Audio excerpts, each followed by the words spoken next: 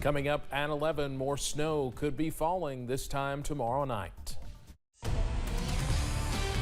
Dedicated to eastern and southern Kentucky, this is WYMT Mountain News at 11. Good evening, I'm Steve Hensley. There is more snow on the way to eastern Kentucky, followed by some bitter cold temperatures. It comes as schools remain closed or operating virtually, and thousands are still without power after the last winter storm. Meteorologist Evan Hatter has the latest as our severe weather alert day continues. Evan? That's right, Steve. We've spent a rather peaceful day into a peaceful night tonight. But like you said, 24 hours from now, we're going to be watching rain change over to snow and things looking very different around the region.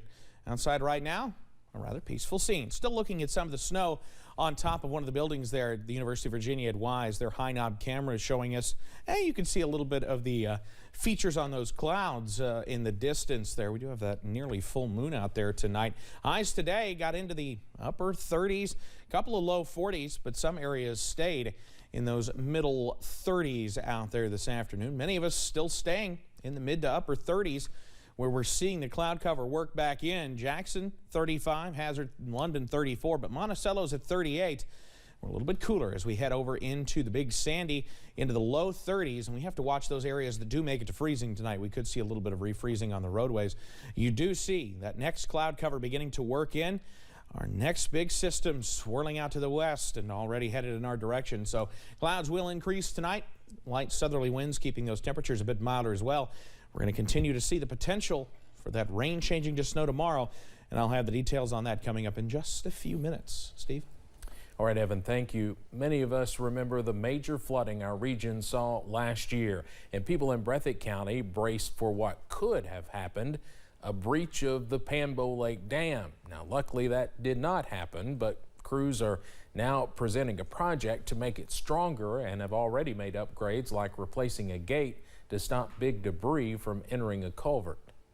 As there is the project to widen Kentucky 15, and certainly any repairs that are made this summer will further strengthen that embankment and address slope stability. Highway crews have cleared a large amount of vegetation around the lake and river embankments.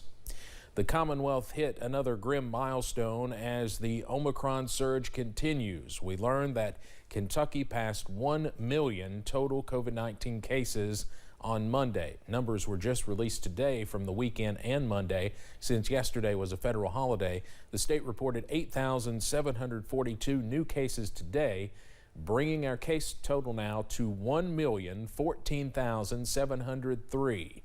There were 16 new deaths reported today as well, putting the Commonwealth's death toll now at 12,614. The positivity rate is at a record 30.25%. The recent surge, driven by the highly contagious Omicron variant, threatens an already stressed healthcare system. WYMT's Zach Hawk has more from Governor Beshear's Tuesday news conference. Governor Beshear reported that Kentucky surpassed 1 million total cases over the long weekend. 72,165 cases in 1 week. By far more than any other surge that we have had. Dr. Stephen Stack shares the governor's concern, but says there is reason to be optimistic. States like Rhode Island and New York are further into the current surge and seen rapidly declining case reports. If Kentucky follows this pattern, then we may see our own peak within the next 1 to 2 weeks. COVID stats in Kentucky track with national trends as cases surge nationwide. And in Kentucky, already stretched thin hospital teams are facing a familiar crisis. Hospital capacity across the state is stretched. We have some hospitals that are using crisis standards. While the vaccination rate continues to increase, especially with younger people, vaccination status continues to be a key indicator in severe COVID cases.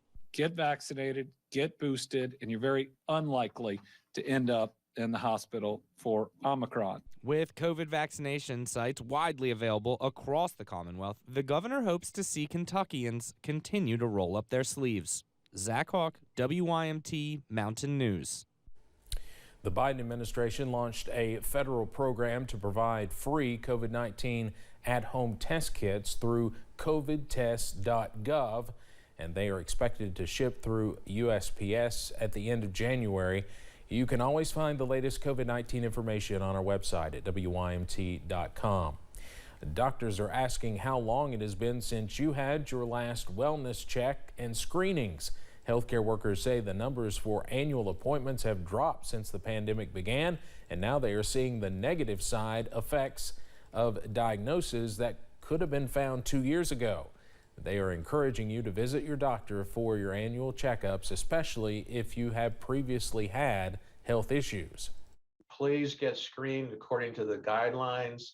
It's incredibly important to have a long, healthy life, to find things early.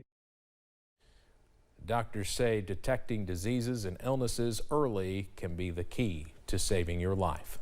Governor Andy Beshear signed Senate Bill 25 on Friday. This bill gave every school in the Commonwealth 10 additional non-traditional instruction days.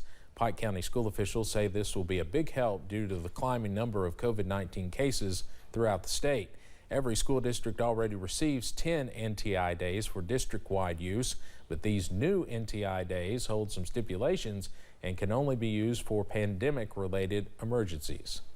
Yeah, recently 10 additional NTI days were approved. However, they do have different stipulations other than the original NTI days. So as far as we're concerned, they're going to help us. So far, the Pike County School District has used 8 of its 10 original NTI days. A man pardoned by former Governor Matt Bevin back in 2019 has now been sentenced on a federal murder charge. Patrick Baker was sentenced to 42 years, but will serve 39.5 because of time already served. A jury convicted Baker back in August in the 2014 shooting death of Donald Mills. In 2017, Baker was convicted on a state charge of reckless homicide in Mills's death. He served 2 years before being pardoned by Governor Bevin during his final days in office. He faced up to life in prison for the federal murder conviction. A judge denied a motion by his attorney asking to limit the sentence to 19 years or less, which is what Baker would have served on his state charge. The funeral for legendary basketball coach Joby Hall will be private. The Kerr Brothers Funeral Home says the decision was made due to COVID. The funeral home website in Lexington did not say when the private funeral will be held. Coach Hall died Saturday morning at the age of 93. He became the head coach at UK in 1972 and later led the Wildcats to the national championship in 1978.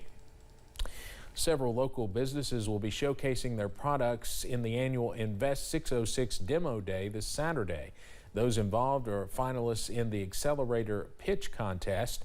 This weekend, businesses will meet with the public and give a short speech about why their company deserves to win the contest. Winners will be chosen in April with $30,000 in cash available to the top 3 finishers, $15,000 going to first place. Mandy Scheffel is the owner of Red Spotted Newt in Hazard, and she sees the competition as a chance to grow her business. This business is to the point where expansion is a possibility. I really love this building and this location, and it's a favorite spot of people in this area. So I hate to leave this building. So I'm hoping to look at ways to expand here. Now, the demo event is this Saturday from 1 until 3 p.m. at the Overlook Event Center in Pikeville. 3 businesses in Floyd County are partnering to protect the paws. Pop Chevrolet and Copperhead Guns paid the adoption fees for all animals at the Floyd County Animal Shelter after the shelter posted a call to action warning that the space was overcrowded. That pay it forward idea was met by Westar Lubricants owner Josh Thornsberry, who is donating a bag of dog food for every dog adopted. Because everybody has fur babies. You know, I got my fur baby right here, and they're just like having family. So that's the last thing that we want to see is a puppy or a cat or any kind of animal get euthanized simply because it can't find a home. Officials say the community response has been positive, and nearly 20 animals have already found their forever home since last week. Those fees are covered through February.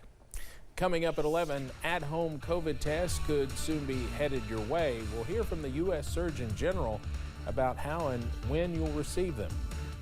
And January continues to make up for lost time with more potentially wintry weather in the forecast. I'll have the very latest coming up.